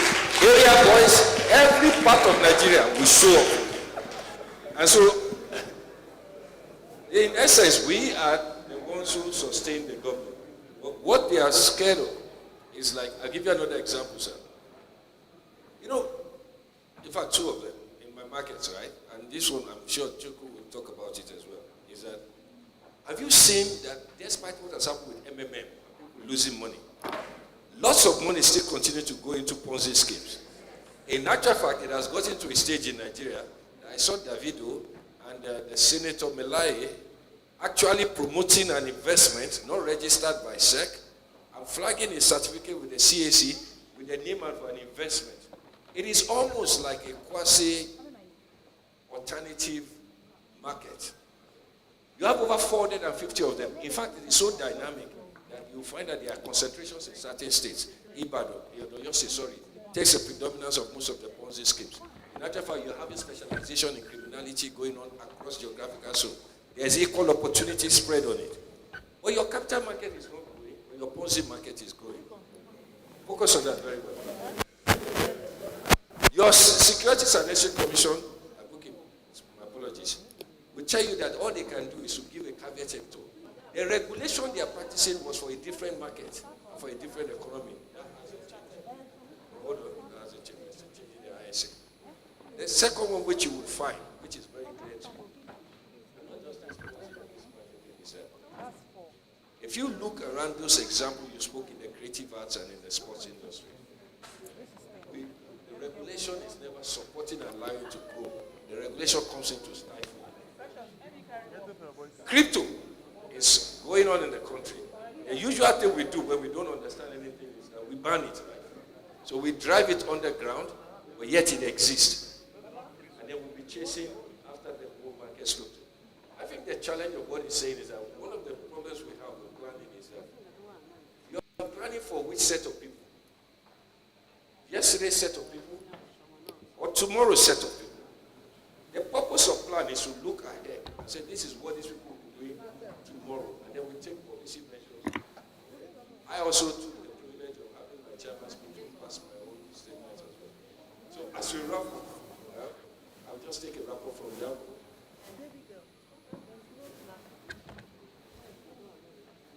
Receiving it. Yeah, so, Tayo, we just do a 2 minutes so that we can go to the audience and play. I think we are not saying different things. I think what the National Development Plan does, like Mr. Tedo pointed out, that it provides structured strategic centralization of digital industrialization. It does. But the gap between the fact that the plan says we'll do it and it happens is that operationalization I spoke about the first time. You have to get going with where are the future digital jobs. We've defined them in the plan. We are not guessing that the future is digital. We've defined that there will be an outsourced, digitally distributed workforce. It's in the plan. We've defined that that plan needs a future digital architecture supported by a different type of education. It's in the plan. But that requires a different scale of investment in digital infrastructure and digital workforce. It's in the plan. The point I am making is this is where we need to get going with business. All of us, the private sector and company, need to read the plan, share the responsibilities and get going. So that's number one. Number two, and I want to come back and close with something that Prof raised about inclusive growth and how it's kind of a misnomer. We started to use the word inclusive growth in Nigeria because we saw an economic growth without growth. I think the language came from trying to explain why we were growing as an economy and Nigerians were becoming poorer and did not have jobs. And the human development indices was going backwards.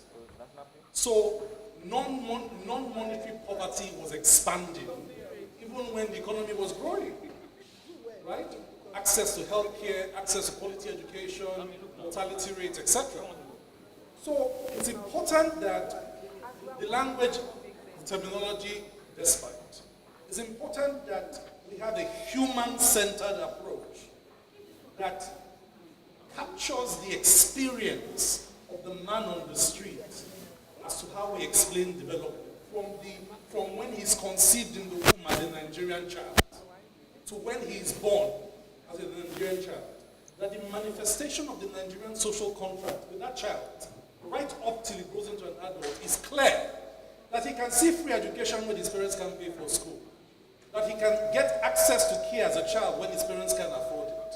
That he can compete favorably and earn a national scholarship to go to higher education. That if he can't afford higher education, he can find a TVET school to go to be prepared for work. That's how the Nigerian child will experience it, right?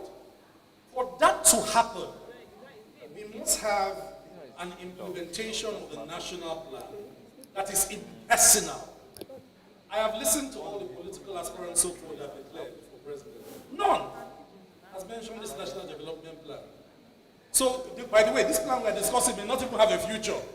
Because everybody that said they are running has not even yet mentioned it. You know, We will share with them. We should read it to them. so we call it inclusive development. So Prof has given us a word for it. So this plan that guarantees inclusive development in the era of the fourth industrial revolution, we must as citizens put it forward to the presidential aspirants and say, will you run this plan? Can you run this plan? How will you do it? Okay? You know, and that's where we start this conversation from. Thank you. Thank you very much, sir. Mr. Jones. I think one of the things I think we should do as a country is to first recognize that the government does not have the capacity to build economy. And until we divest ourselves of that desire for government to be actively involved in the critical sectors of the economy, we're not going to move forward. I'm happy with what the chairman said.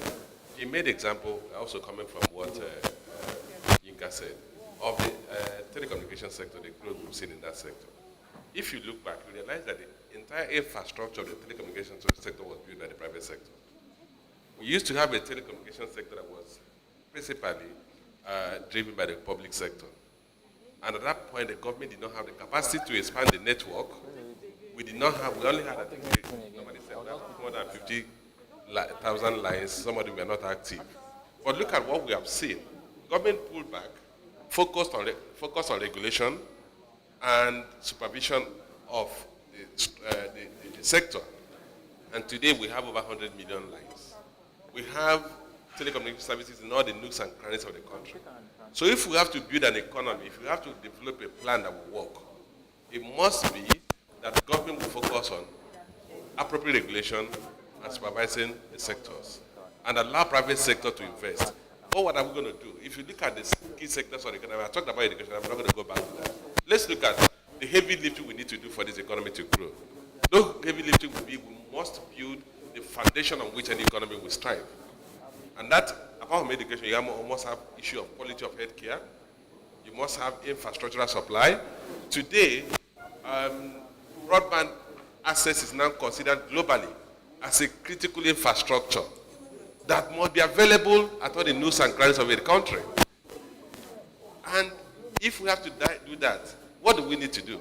The government will just need to come in and give access to right of way to the telecommunication sector operators. And they will build the broadband infrastructure. But if government wants to build this infrastructure, we're not going to move one step forward. A live example we must not fail to recognize that government has been building the second Niger Bridge for the past 7 years.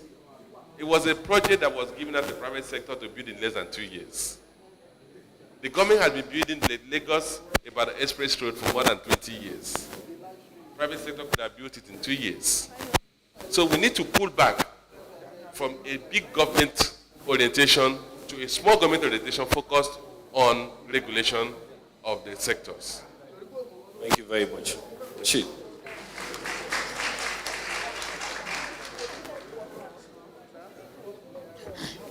Thank you. Let's go back again. Go from my end. If we are moving forward and the economy turns around, it's obvious that the future belongs to technology. The question today is, are we prepared for it? That's the question.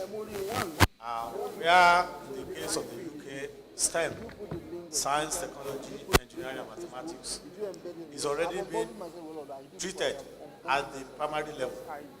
In Nigeria, it's yet incorporated into our educational system. So there's a turnaround in the economy, there's a boom in the economy.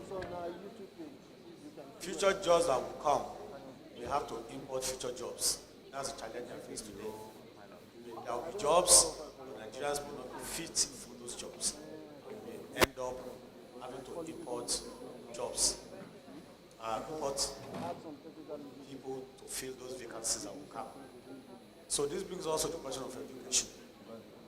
We have a few case studies around the world, Latin America, Asia, Far East. China in particular, more than 300 million of our people out of poverty in 1 decade using education. So we need to really address our educational to be prepared for the future. Fail that, we end up having to offer employment to foreigners to work it out in Nigeria's new economy. Will soon emerge. Thank you very much. Thank you. Generally, I think that we're all correct in that we're working towards the same goals. And I think what we're trying to identify is how do we fast track that pathway and how do we fast track getting there. Two things. I think the first thing is you can't give what you don't have. We need the leadership. We need somebody that's going to stand in front and take the bull by the horn and really pull the cart and run with it. We're good followers, but yet we don't have that leadership. We need to redefine roles and responsibilities because clearly in the new technological era, a lot of things have changed and roles have changed. What will government look like today? What will private sector look like tomorrow? And if we're not doing those things, we can have as many plans as we want. But those plans also, they're frictional issues, mindset issues, capacity issues, talent issues, that no matter what, if we don't address them, then those plans are just going to stay there on the shelves, or very little is going to be done around them. So if we get the right type of leaders that understand where that future, what that future looks like. You know, today we're talking about the metaverse, right? I can buy property in the metaverse.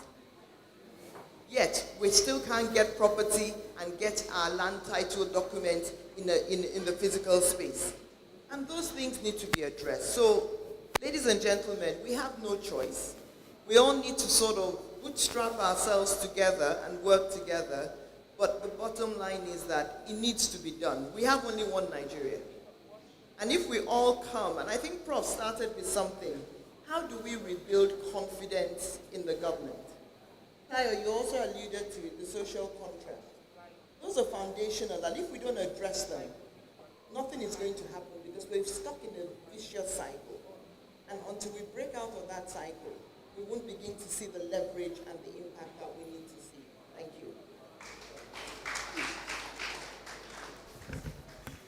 you. Thank you so much. I want to say that the 1962 plan failed because Nigeria happened to it. The 1975 plan failed because Nigeria happened to it. The 2021 to 2025 plan has already failed because Nigeria is already happening to it. The fact remains that we have always said that conceptualization and operationalization exist in a continuum.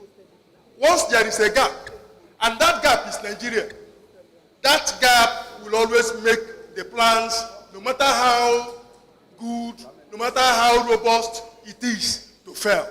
Nigeria will make this particular plan to fail until we return the people,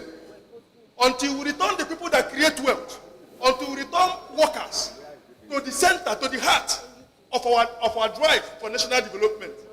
Unfortunately, Nigeria is not going to make progress, the kind of progress that we want. Nigerian workers must be returned to where they belong, to create wealth that will go round to everybody. Until that is done, you incentivize and pay Nigerian workers, appropriate remuneration. Until you stop precarious work, until you stop treating Nigerian workers as slaves in the different places of work, Nigeria is not going to make progress. Please, I urge everyone that is canvassing, when we talk about market forces, the marketplace should lead. Please, government should not leave Nigerian people and Nigerian workers in the hands of private sector in Nigeria. The private sector in Nigeria is exploitative. The private sector in Nigeria is greedy, and the private sector in Nigeria is unfortunately crude. If you look at what has happened in the petroleum pricing sector, especially diesel, it's in the hands of private sector, and Nigerians are paying, in fact, exploitative price because of that. Look at what is happening in the electricity sector. The same thing that is happening. Nigerians are paying exploitative tariff because it is in the hand of the private sector. The telecom sector has joined in now, and so we're in trouble. Please, let there be regulation and more regulation so that we will regulate the private sector before they turn Nigerians into slaves. God bless you. Thank you. Excellent, sir.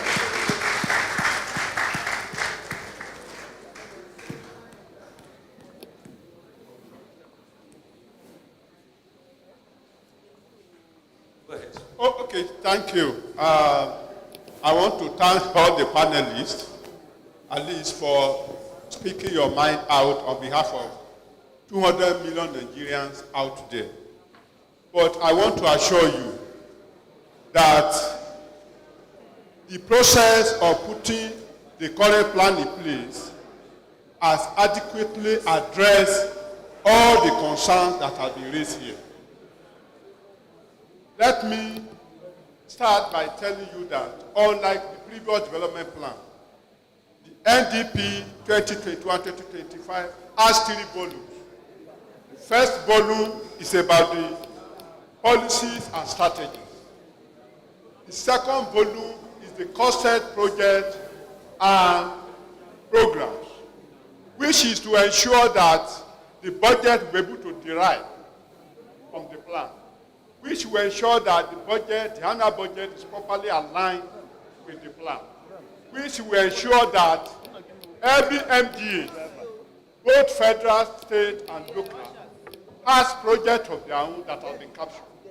And even special identification code has been designed for all the 19,600 and something projects that have been captured in the plan, to ensure that there is proper monitoring, you are able to follow up, and that the Ministry of Budget and National Planning has put a national framework, M&E framework in place that will ensure that the project and the program are properly monitored. We are not waiting till when damages have been done. Every step, every milestone will be monitored to ensure that we are on track. And to address some of the issues that have been raised specifically, not necessarily defending, but just to draw our attention. This plan has 7 clusters, 38 chapters, which has addressed all the issues here. Digital economy that Madam mentioned is there. Business environment and competitiveness is a chapter to address the concern of the public. Under infrastructure, apart from the core infrastructure we are familiar with, transport, energy, financial infrastructure has also been captured because it's seen as an enabler. It's no longer treated as just services, as an infrastructure now to be able to address, support productive sector of the economy. And specifically, let me equally read out some of the things that have been done to fill the gap. I told you we carried out diagnostic study of the economy. My ministry just coordinated other Nigerians, and all segments of society were represented. Labor, man, Nasima, NECA, NESD was particularly stand out because we work together as partners in producing this document. And other stakeholders like people with special needs, women group, National Council of Women Society, all of them, non-government actors, NGO, political parties, to ensure that there is continuity, that if in case there is a change in government, major political party that has presence in the National Assembly, that has potential to win a presidential election, were represented in the process of captivity. And each of the 36 technical working groups consisting of minimum of 35 experts, gathered from the academia, from the public sector, dominated by the private sector, represented a lot of people. Women were given a representative. Even I'm happy that the Chairman of the Standing Committee is sitting down here. Dr. Aduloju, that is here, participated actively, and is always in the front. And government, when you look at, apart from the previous plan also, we have equally come with what we call financing plan. We are private sector responsible for 85% of the investment of the about 350 million trillion naira. Why public sector? So when you look at all of this, and we have put in place framework to ensure that we are able to garner this investment. Specifically, let me say that the issue of regulation also that is volume 3 of this document, which deals with legislative imperative, that is the reform that was taken in this sector. After capturing them in various chapters, we are sending them as a competitor and produce them as a document in volume for leaders to be able to see and for government also to be able to see what needed to be done in this. Part of this is executive, part of this is the enable programs of investment. Not only the investment, but investment globally. That is also, as a way of filling the gap, a unique code, like I said, has been assigned to each of the 19,561 projects that have been captured in the document. Also, civil service has been captured also that the kind of civil survey, the capacity building, what are the federal, state, and the local government. And because of the head of service of the federation has started the group of even recruiting professionals, who will be professional planners, who will be able to fill the gap that is identified to ensure effective implementation. We are looking at building a civil service that is world-class, that will be able to support government in implementing the plan. Also, the framework for early detection of challenges that could cause derailment of project implementation and application of mitigating factors are also there. Effective coordination among the three tiers of government and among the MDA as well as among all critical stakeholders. Mr. Adeosun, before they send us out of the building.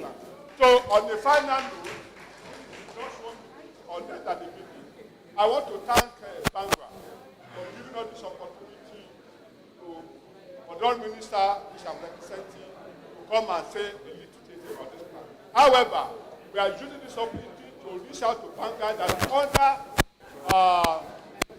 other media houses.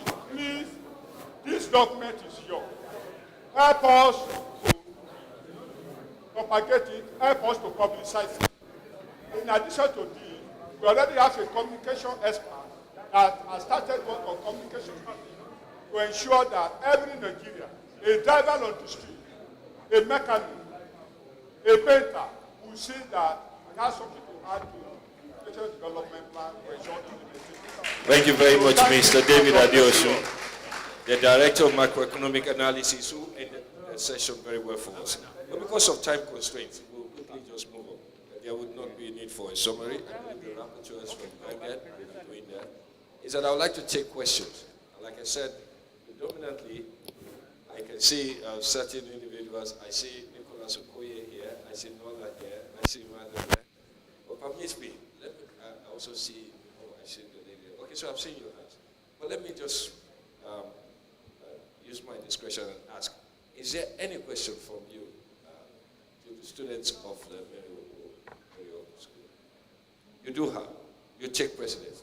Is there any question from you students from that side? If you do have, yes, you also take second precedence. Gentlemen, if I take the two questions, I will then take those of the others. Permit me, please. Yeah.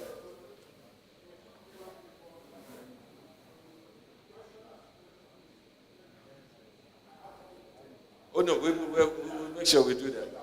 Okay, so let me just take the questions. Thank you very much. Any mic for them? Any mic? Okay, let me pass my mic to you, sis. Okay.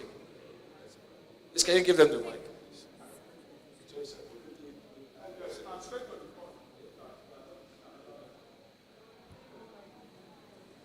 Just confidently read your question, and don't be worried whether it's right or not.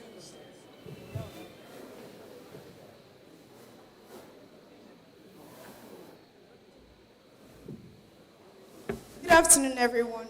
My name is Iwoha Chamaka, and I am a student of Marywood Girls College.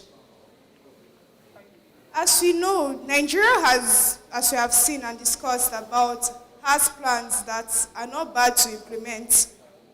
And along the line, our performance is going at a very low rate.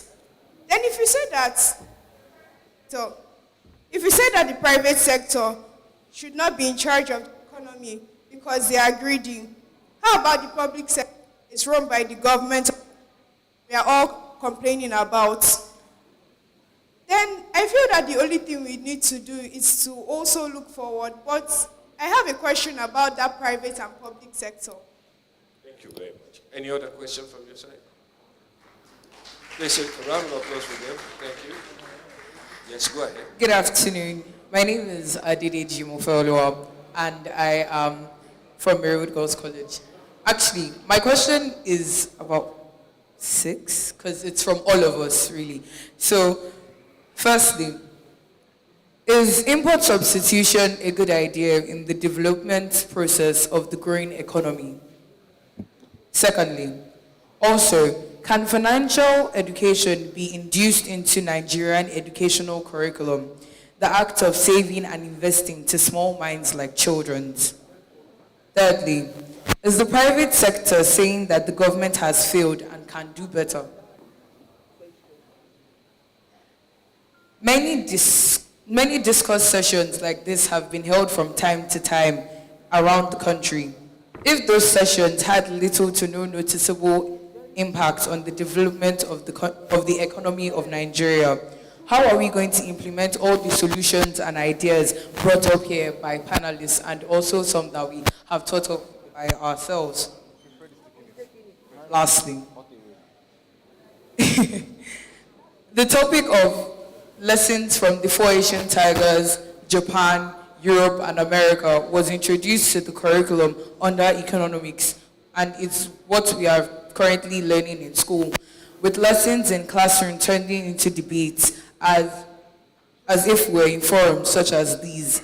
These classroom debates begin as arguments of the mind of teenagers, then turn into actual facts, which then are made as teachers. How come these have been introduced into our curriculum, but yet these lessons that we are currently learning have not been put in place in any way whatsoever? It is put into our curriculum. Yes, we are the future minds of Nigeria.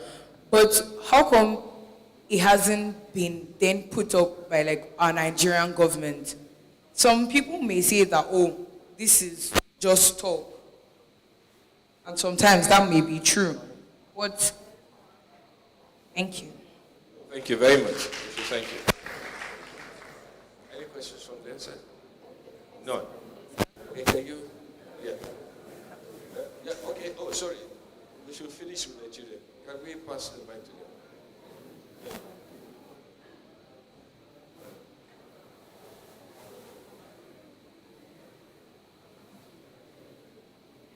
Good afternoon, everyone.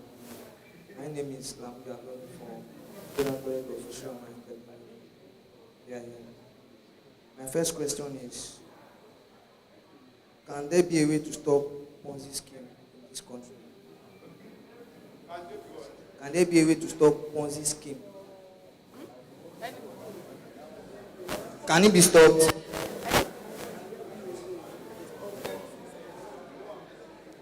Thank you.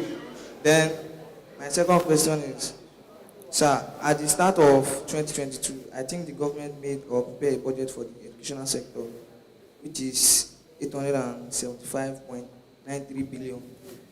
Then, with the issue of strike reoccurring, what's the plan concerning the issue of strike in the country now? Thank you.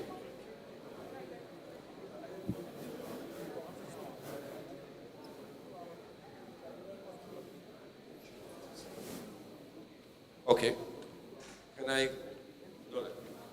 And then I'll come to you. Good afternoon. My name is Nona Awu. First, I must thank Vanguard for this session.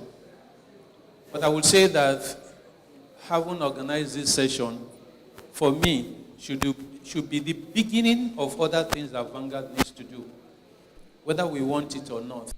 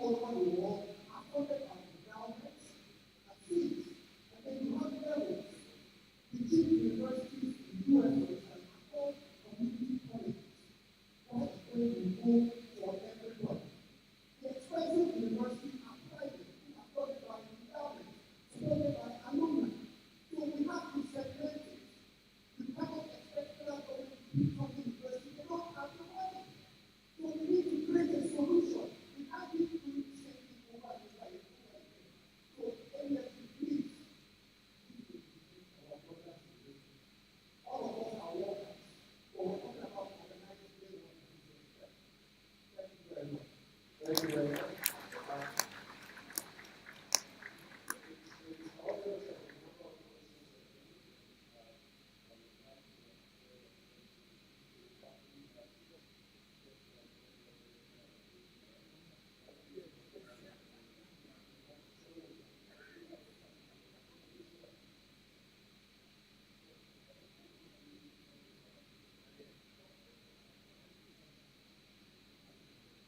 Thank you so much. My name is Amy Chibuzor.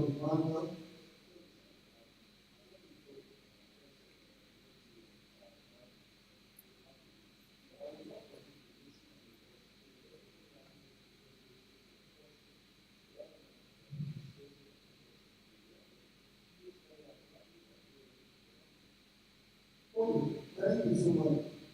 I want to appreciate the organizers of this program. And no, please,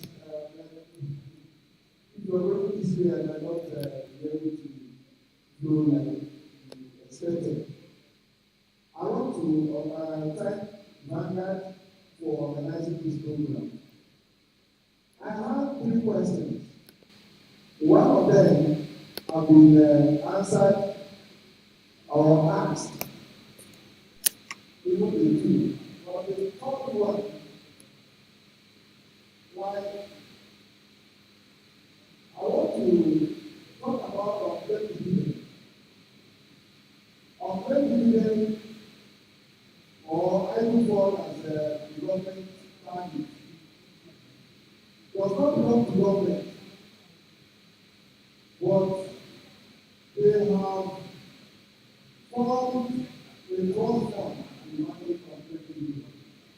I want to stress here that that is not the money meant for government. The private sectors generated this dividend for products of the business. But we discover that they just come up and want to take out the money that doesn't belong to them. So my question now is, how long are they going to hold this money? Rather, how long are they going to hold this money? Rather, they should be able to return back the ownership. The company will not be already taking their own as tax. Thank you.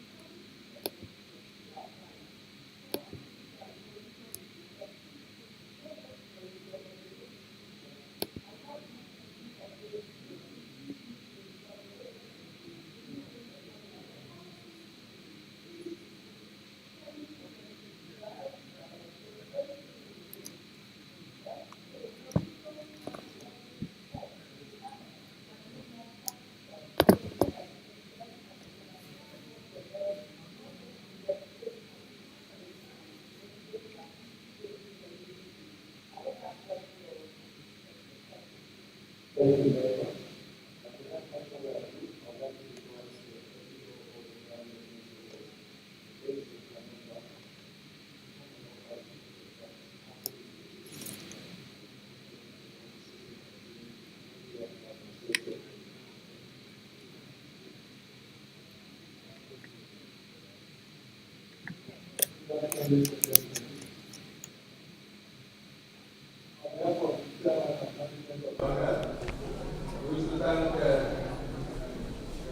Our chairman of the commission, Mr. Pedro Peterside. I would like guest speaker, Professor Apaneko. I want to thank the distinguished panelists. I want to thank you, the audience, for listening to us and attending this lecture. I also want to thank our technical consultant, Vedanzil, led by TG Okudi. This is, we do this annually as a way this Vanguard's little contribution to Nigerian development. We want to see we are on the tops of another dimension. This summit is just to set an agenda for our coming years to see how we can people can set up a template for growth. Thank you very much. See you again next year.